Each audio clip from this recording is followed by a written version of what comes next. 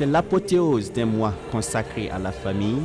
Ce dimanche 29 septembre 2024, à l'église des Assemblées de Dieu de Tanguin Barrage. Ce mois de septembre consacré mois de la famille met la lumière sur les différentes couches constitutives des maisons des chrétiens, les jeunes, les personnes âgées, les enfants. Toutes les tranches d'âge ont été tour à tour touchées par le truchement de ce programme. Et à l'occasion du culte de clôture, 3 familles sont à l'honneur avec un héritage marquant. Chaque année, on fait le mois de la famille et la finale, c'était la famille et l'héritage. Quel héritage nous léguons à la génération qui vient. Nous avons ciblé 3 familles, mais sinon le mois lui-même a été articulé autour de... Le dimanche passé, on avait le dimanche des grands-parents et des personnes âgées. Le dimanche d'alors, le précédent dimanche, c'était la jeunesse et ses défis. Donc c'est un mois où on a focalisé notre pensée et nos prières sur la maison, sur nos familles. Et la famille de Mapoko, pourquoi? Parce que moi j'ai vécu à Lumbila, c'était mes voisins directs, je les ai vus vivre simplement la foi. J'ai été impressionné par une foi simple, dynamique et forte.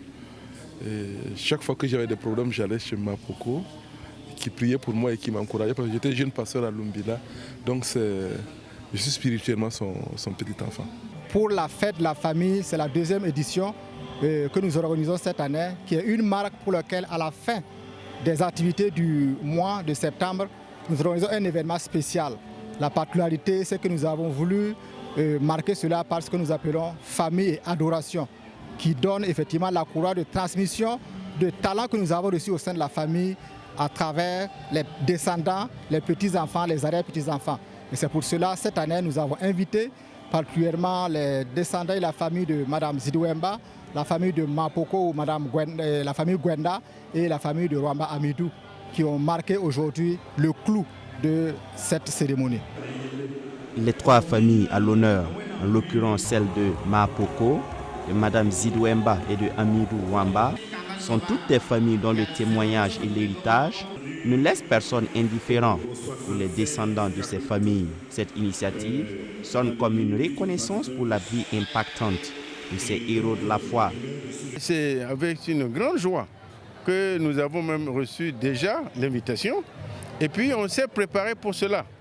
Et donc c'est pourquoi on m'a demandé de faire un papier, de donner un témoignage.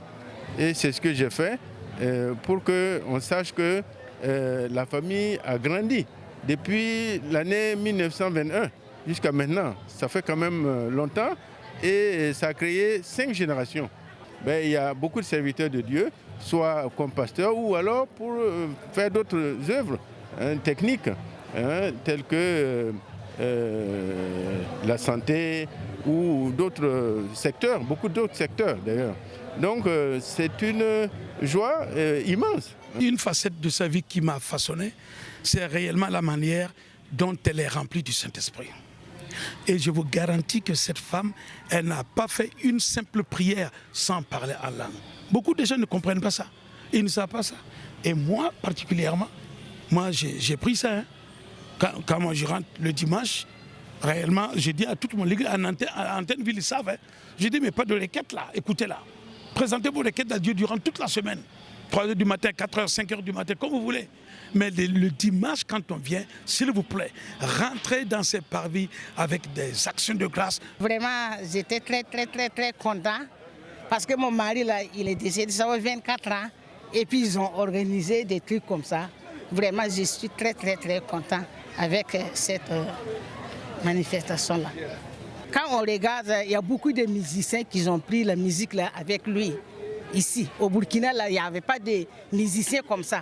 Mais à l'église de Tangambarat, ici, c'est lui qui était le musicien, avec les autres musiciens. Donc, il était musicien de cette église. Ça nous donne de la joie de savoir que l'œuvre de la maman n'est pas oubliée, comme elle n'est plus là. Et qu'on reconnaît son impact, ce qu'elle a fait pour Dieu. Ce qui nous a marqué, c'est son engagement pour Dieu.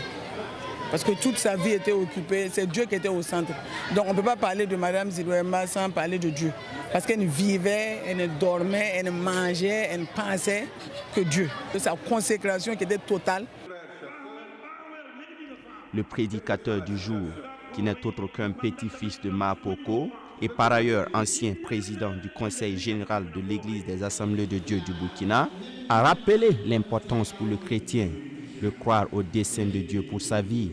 Il est très important pour un chrétien réellement de faire confiance en Dieu, parce qu'on est humain là. Voilà, certes, il y a des moments, on veut que ce soit par le tonnerre que Dieu nous parle, avant qu'on ne croie. Souvent, on croit que c'est par les grands vents qu'il va nous parler. Mais non, c'est pas comme ça. Il met souvent un sentiment en nous. Il met souvent une douce voix en nous.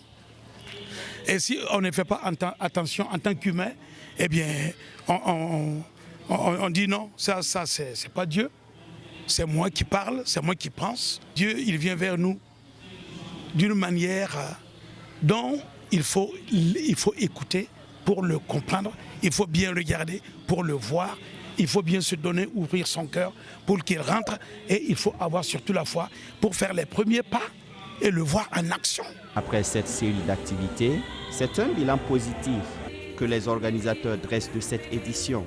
Concomitamment au culte, une foire marchande ou d'Assandaga bat son plein dans l'enceinte du collège protestant de Ouagadougou.